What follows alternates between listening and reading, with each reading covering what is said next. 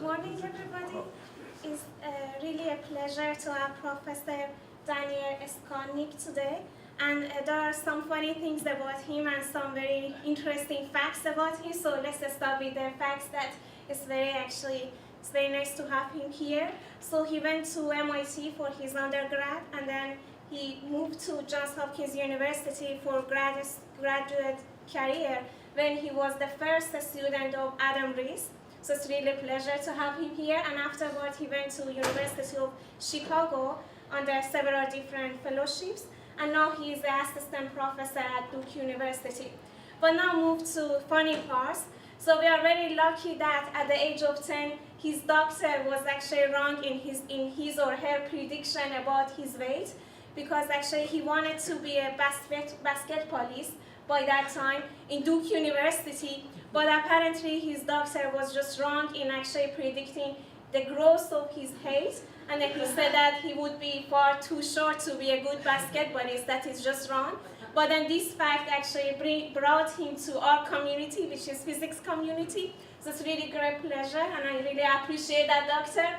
But now he wants to use this fact and not trust anybody in theory, that tell us about the growth of the universe. The growth rate of the universe, because now we know that there are some inconsistency between the CMB and largest structure actually estimating the growth rate of the universe. So he is now here to tell us more from the observational point of view using the supernovae, and maybe we would be convinced that we need to change our theory actually. So please go ahead.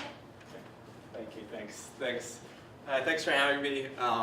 Just to explain the basketball thing. So basically, I'll talk about it a little bit in the luncheon talk, which I'll be giving an hour from now. But I'm part of the SHOES team to make the local measurement of the Hubble constant. And my favorite way to explain what's happening is with doctors' growth charts. And this is like a personal metaphor for me, because I just heard when I was a kid, I wanted to play basketball, and the doctor said that I wouldn't be tall. I'd be 5 foot tall when I grew up. And so I use this as an analogy for the Hubble constant. And then this kind of got into a magazine, and now everyone knows that about my doctor experience when I was a kid. So this is just all over the internet of how tall people thought I was going to be. Okay, but let's get into it. So very happy to be here. I'm going to be talking today about what we're going to do with 500,000 Type Ia Supernovae. And I coming here from Duke. Duke just started a new astrophysics program, so I'm one of kind of 2 new professors, and we're building up the program, which is really exciting. I think Duke decided it's good enough at basketball, it needs to try something else. So there's another basketball thing. All right, okay, so enough about basketball. All right, so I'm going to talk mostly about dark energy today and how we measure it and why we're about to get into this crazy revolution of statistics and what we're going to do about it. So first, some motivation that everyone's seen before. This is a simple pie chart of the universe.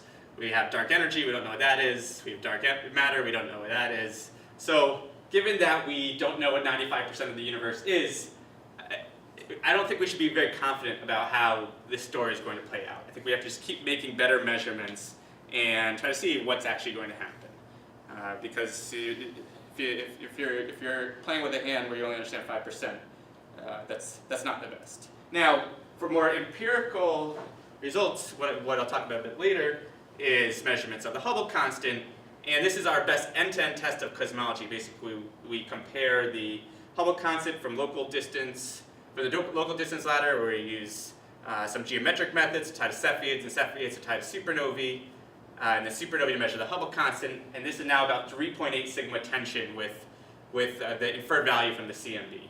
So, 1, we don't understand 95% of the universe, and 2, our best end-to-end test of cosmology is right now, I'd say, failing.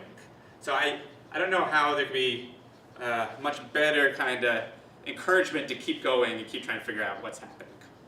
So I'm particularly happy to be here at Harvard, because this is actually where kind of all my first real science happened. So I worked on the Panstarrs collaboration, and actually 10 years ago, the first conference I ever went to was here at CFA for a Panstarrs conference. And in our first results, with a couple papers led by myself and Armin Rest, we found that the equation of state of dark energy, which is W, doesn't appear to be a cosmological constant. It seems to be a little less than 2 sigma off. Now, what's exciting about this is that this is actually the perfect explanation of the Hubble constant tension. If dark energy isn't a cosmological constant, that actually can do quite a good job of explaining what's going on. So this was exciting at the time. It seemed like maybe some pieces were coming together. It's got a lot of over-exaggerated press, like leading dark energy theory incompatible with new measurement. But that was our first data release, our first result. We knew we could do a lot better. So to take a step back, basically the way this was done originally to discover the accelerating universe is that basically the Type Ia supernova intrinsic luminosity is known to about 10%, and the apparent luminosity can be measured to 10% after you do some corrections based on the brightness, correcting the brightness for how fast the light curve is declining and the color, how much dust you think is around the supernova. Now the ratio of the two, the intrinsic luminosity and the apparent luminosity, gives you the luminosity distance. Now if you can measure the redshift independently from spectroscopy, then each supernova can be used on a Hubble diagram. So this is kind of what light curves look like. So this is light curves at different redshifts. Basically you're measuring flux that's getting brighter and then fading in different bands. This is G, R, I, Z. Here you're seeing it at different redshifts. And basically what we do is we standardize these light curves. We say, okay, well this decline looks a bit slower than this decline. We have some correction factor. And then ultimately you put this onto a Hubble diagram. And then, so at every point is the luminosity distance or the distance modulus from the supernova, that's the Y point, and the X point is the redshift. And ultimately what was found is that Type Ia supernovae appear about 0.25 mag, about 25% fainter than expected. And so it's a pretty whopping big signal. So what you do is you compare your supernova distances to cosmological models where you have omega matter, the refraction of matter, and fraction of dark energy, and you can see that we live in now what's called this standard model of cosmology. Okay, so it's not the hardest thing to do, yet somehow this supernova keep getting used in very weird ways. So a couple of years ago, there were a number of articles where people basically took Type Ia supernova data and then showed that there's actually no dark energy. So for kind of each of these, I have been trying to say that this is incorrect. So even though all we're kind of doing is this standardization process, putting it on a Hubble diagram, there's a good amount of kind of Bayesian statistics around it that you need to work out. And if you do that in the wrong way, you can see some really funny things. So there have been a bunch of papers the last couple of years and articles about this, about these dark energy deniers. And ultimately, this is incorrect. The bigger point I'd say is that we now have 1,000 supernovae in our 1,000 Type Ia supernovae, and we also have very realistic simulations that we can make.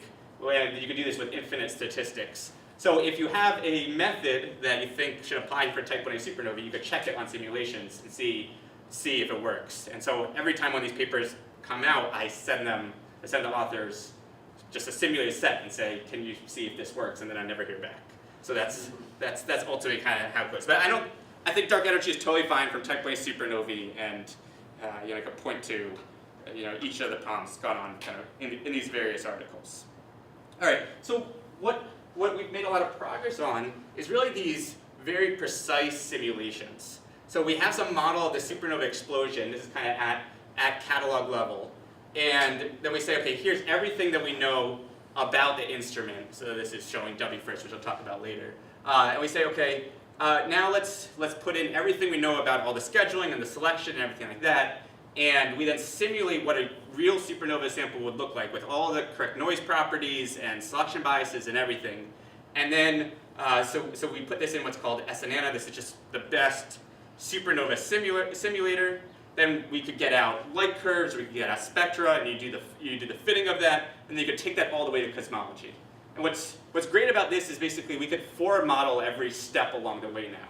So instead of kind of how it used to be is that you had some supernova sample, no one would really be sure what went into it, and then you try to do some interesting Bayesian fit to figure out kind of what was underneath. Now we can go the opposite direction and just forward model everything and then say, okay, given these selection effects and these underlying populations of various supernova parameters, here's what you should recover, here's how you do corrections and all of that. So we've really made a lot of progress in that regard over the years.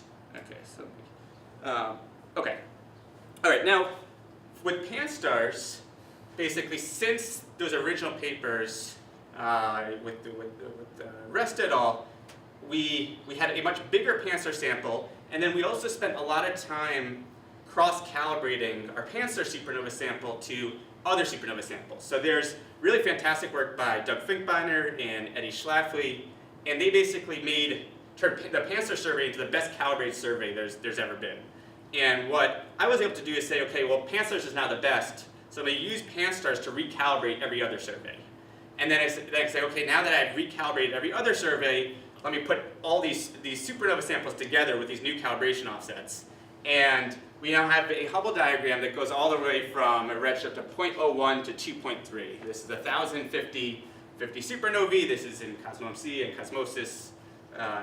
This is kind of now the standard. This is what was used by Planck in its most recent analysis. So it's the biggest supernova to date, first homogeneously calibrated sample. It goes to say that all the spectrum, basically getting all the redshifts and the conformations all come from, or mostly come from Ido Berger, who fortunately wasn't able to make it today. But there's really a ton of work from the CFA to make this possible. Okay, now it's pretty amazing to see kind of how far we've come. Basically, this was the original discovery of dark energy. This